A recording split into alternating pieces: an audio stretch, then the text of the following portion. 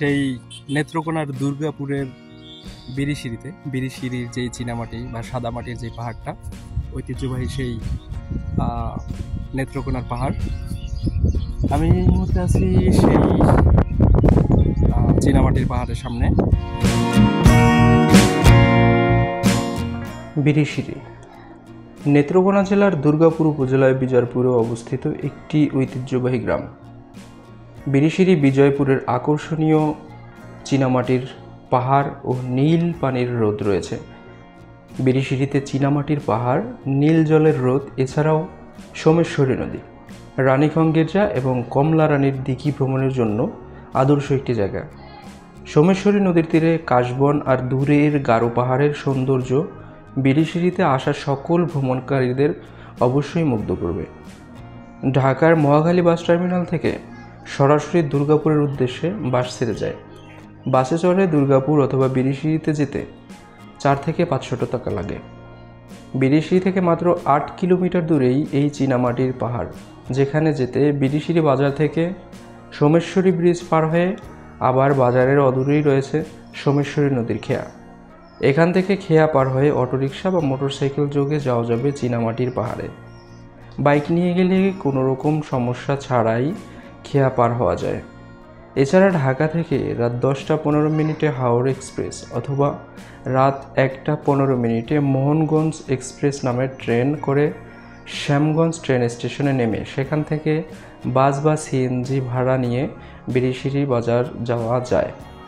তবে সময় ভেদে অবশ্যই ট্রেনের শিডিউল জেনে নেবেন। বিরিশিরি বাজার থেকে ব্যাটারি চালিত রিক্সা 500 থেকে 600 টাকা নিয়ে সবগুলো স্থান 5 থেকে 6 ঘন্টায় দেখে নিতে পারেন।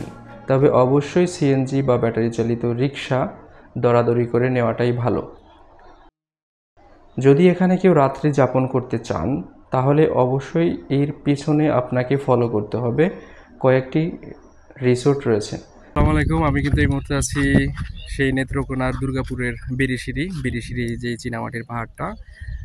ভোর 4টায় বের হয়ে কিন্তু মোটামুটি 300 কিলোমিটার বাইক রাইড করে অবশেষে এখন বাজে দুপুর 12টা, এই 12টায় এখানে পৌঁছাইছি।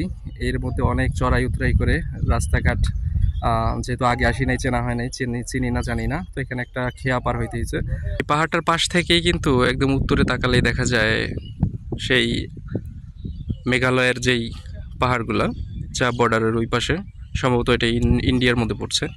তো সেই পাহাড়টা কিন্তু এখান থেকে দেখা যায়। তো আমি চেষ্টা করবো পুরো ভিউটা নেওয়ার জন্য একদম উপরে উঠে। তো প্লিজ সাথেই থাকুন, আমি শুরু থেকে আছি। চীনামাটির এই পাহাড়টার তলদেশে কিন্তু ওই যে একটা লেক আছে, একদম ওই মাথা থেকে শুরু হয়েছে আর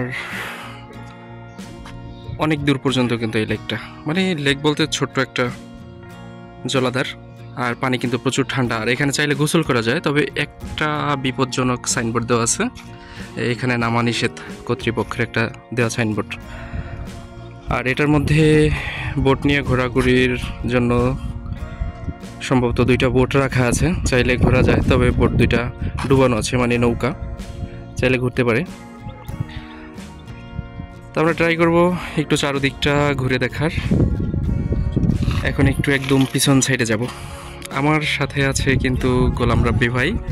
যে গোলাম রাব্বি ভাই আসতেছে, সে তো পুরাই হ্যাপি। সে একটু কি বলে, হতাশার মধ্যে ছিল যে এত দূর রাইড করে যাচ্ছি, আসলে পাহাড়ি অঞ্চল, তো পাহাড়ি অঞ্চলই তো এখানে কি পাওয়া যাবে আসলে। তো তিনি কিন্তু পুরাই হ্যাপি। ব্রো, কেমন লাগতেছে? গোসলের প্রস্তুতি নিয়ে আসি নাই, নয়তো বা এখন ইচ্ছা করতেছে এই টি শার্ট প্যান্ট ভিজায় গোসল করি। পানিটা সেই ঠান্ডা, ধরে দেখছি খুব ভালো।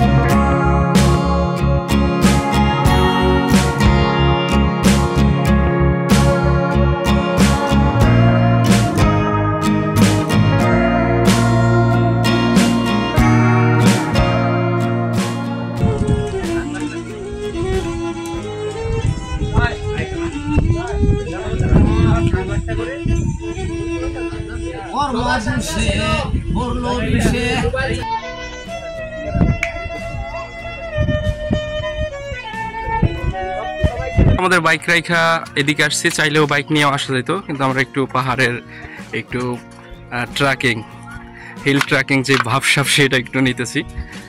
এই পিছনেও এদিকে আইসা একটা দোকান আছে।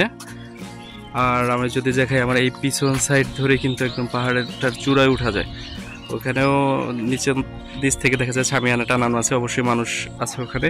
ওখানে দোকান টোকানও দেখা যেতে পারে।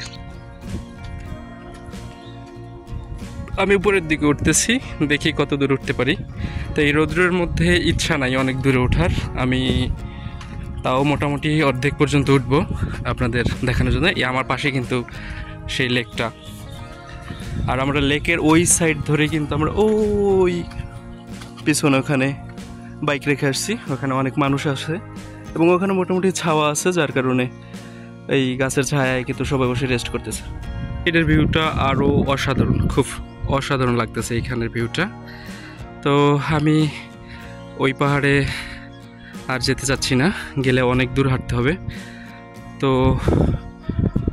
এখানে ভিউয়ার্স আসতে পারেন, ঘুরে দেখতে পারেন।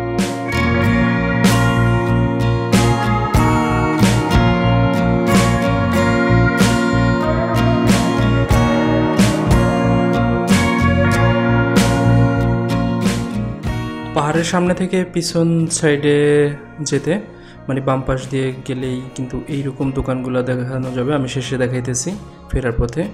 তো এইখানে কিন্তু অনেক কিছু কিনতে পারবেন এবং এইখানে অনেক ধরনের দোকান আছে, আর এখানে কিন্তু রেস্টুরেন্ট আছে। অবশ্যই খাবার দরাদরি করে খাবেন, না খাইতে চাইলে আপনি পিছনে শহরের মধ্যে খেতে পারবেন। যেহেতু একটা ডে ট্যুর, যদি বিকেলে আসেন, একটা বিকেলে আসলে ঘোরার জন্য একদম মনোরম একটা পরিবেশ, আসলে আমার কাছে খুব ভালো লাগছে।